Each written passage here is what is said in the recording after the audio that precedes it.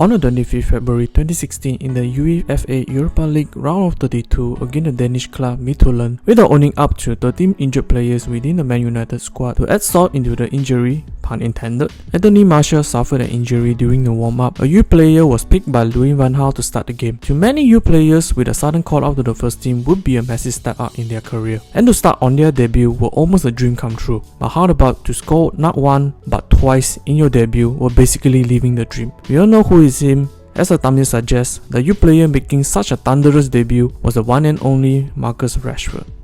What is up, ladies and gentlemen, I'm Marvin, codename CM. Welcome to the Code United channel once again. Marcus Rashford currently having some of his best career form in terms of goal scoring and assisting to date, and showing no signs of slowing down. But to think of it, coming from being called out as a poor performer, not worthy wearing the United shirt from the last season, to right now placed across the whole football world as the most impactful and consistent Man United talisman, in this video we will be discussing the toxic fall and an unexpected rise back in form of Marcus Rashford. Before we enter into this video, do please subscribe to this channel if you are interested, as each of your subscription will be a motivation for me to upload new content, and ring the notification bell for new uploads. Let's cut the gist and here we go.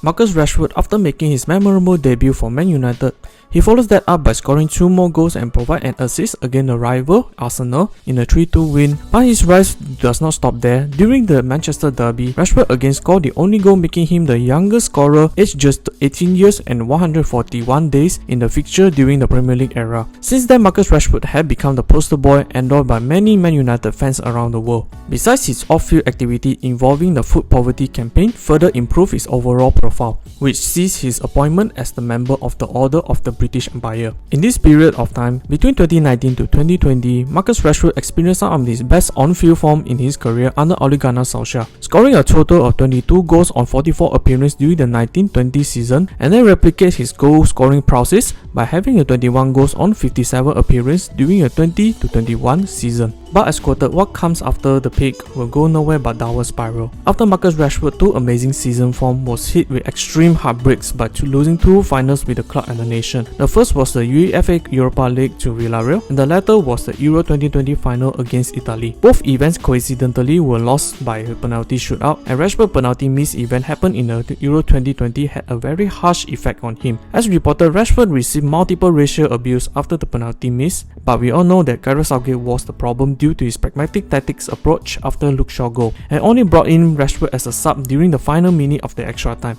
By the way, we will mention Southgate again later in this video.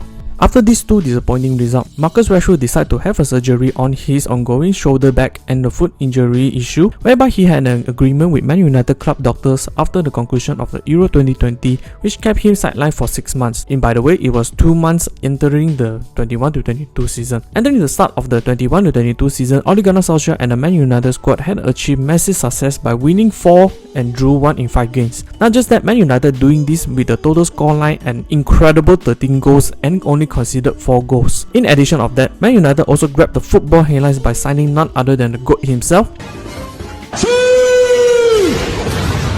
Cristiano Ronaldo.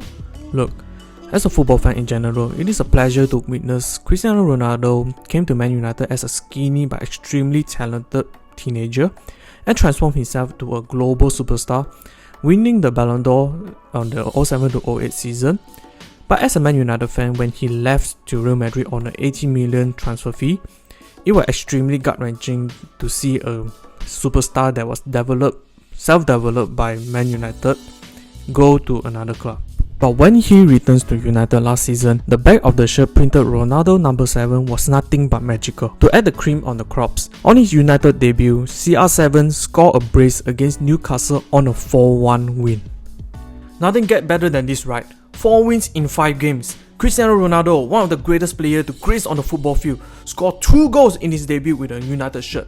This has to be United season. But boy oh boy, we spoke too soon, isn't it? After Man United 4 wins great form, Man United went into the slump by only winning 1 game in 7 matches and lost 5 of them. During that time, Marcus Rashford recovered and scored 2 goals, but overall Man United were horrible, with some of the most embarrassing results like losing to Leicester City 2-4, Liverpool 0-5, and the final nail in the coffin, a 1-4 loss to Watford. With this series of losses, Ole Gunnar Solskjaer was shown the way out by Man United and replaced by Marco Carrick as the caretaker, then subsequently replaced by Ralf Rangnick as the interim manager till the end of the season. During this period of time was considered the lowest point of Man United in recent history, with all the kinds of reports regarding the toxic environment within the dressing room and a disgraceful on-pitch performance that had been called out by many pundits and critics, especially on the on-pitch performance due to under Ole Gunnar Solskjaer management. Man United played a counter-attack heavy team where Man United parked the bus and hit the opponent on the break, utilizing Rashford's pace as the spearhead of the offense. But with the appointment of the Rangnick completely changed the playstyle. Rangnick was utilizing a high-line pressing system combined with a possession-based playstyle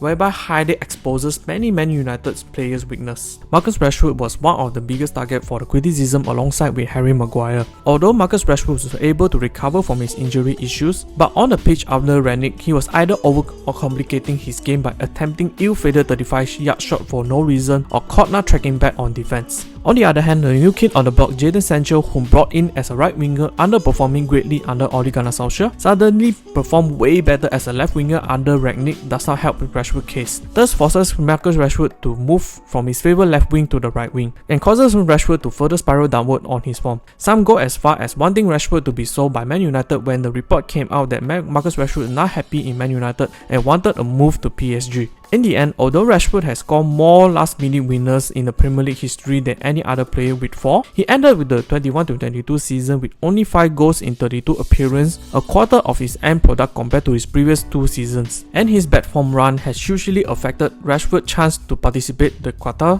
2022 FIFA World Cup squad. After the forgetful season, Man United eventually appointed Erik Ten Hag as the new head coach of Man United. Initially, there were many skeptical on Rashford with Erik Ten Hag that many said Rashford will not be suitable under Erik Ten Hag's possession-based style and Jadon Sancho will be far more suitable. Despite all this criticism, Marcus Rashford made his training a head start in California and prepared to put his miserable 21-22 season behind. During the preseason, Rashford enjoyed a successful run together with Martial and Sancho, scoring 3 goals in 4 matches, forming a fluid front-three offense that many fans were excited to watch. However, entering the official 22-23 season, all eyes were on Erik Ten Hag and Man United to open a new chapter, but Man United opened the season with first 2 humiliating losses to Brighton and Brentford, which then reminded us Man United fans the horror days of the last season. After the 2 humiliating results, Erik Ten Hag made a quick tactical changes and squad rotation that slowly foresee Man United transforming a laughingstock to a solid team. During this stretch of matches under Erik Ten Hag, Rashford played in a mixture of left winger and a centre forward. In the meantime, has surprised many people by becoming the top scorer of the team with 7 goals before the World Cup kickoff.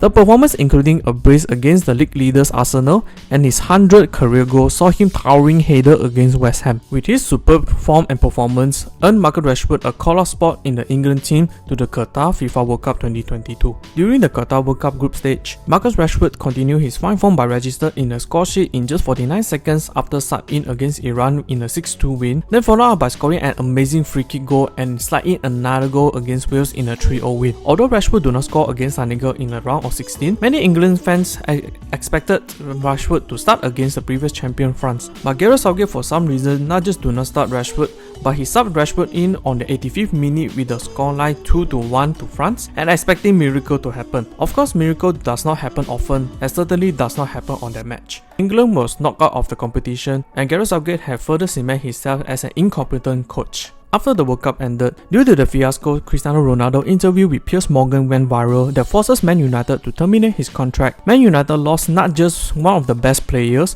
but their previous top scorer. Fortunately, Erik Ten Hag believed in Rashford can bring in more of the end product, and Rashford seems to accept the challenge. Where we could see, after the Rashford returned to Man United, Rashford went straight back where he left off, scoring a world-class solo goal against Burnley in the Carabao Cup as a start. After that, Marcus Rashford entered a white-hot form, scoring left and right against any opponent he faced. With a recording to this day, Rashford has scored 7 consecutive matches and brought his total goals to 16 goals on 26 appearances so far. Thanks to Rashford's return to his consistent form, result in Man United currently sit in 4th place in the league table and was considered the hottest team in terms of form in the Premier League. In short, Man United had benefited from Rashford's fantastic goal scoring form and hopefully this trend can be continued. Report also suggests that Rashford had aimed to break his previous goal scoring scoring record of 22 goals. As right now, with only half a season left, I believe in Rashford capable of beating his own goal scoring form. But in the meantime, every Ten Hag, Rashford and Man United should take a game at a time and progress forward as a unit. Slowly we were able to witness the glory brought back to United. So that's the video. What do you guys think? Do you think Rashford is capable of beating his own goal scoring record? Comment down below so that we can have a discussion. Hope you all enjoyed the video and I see you in the next one.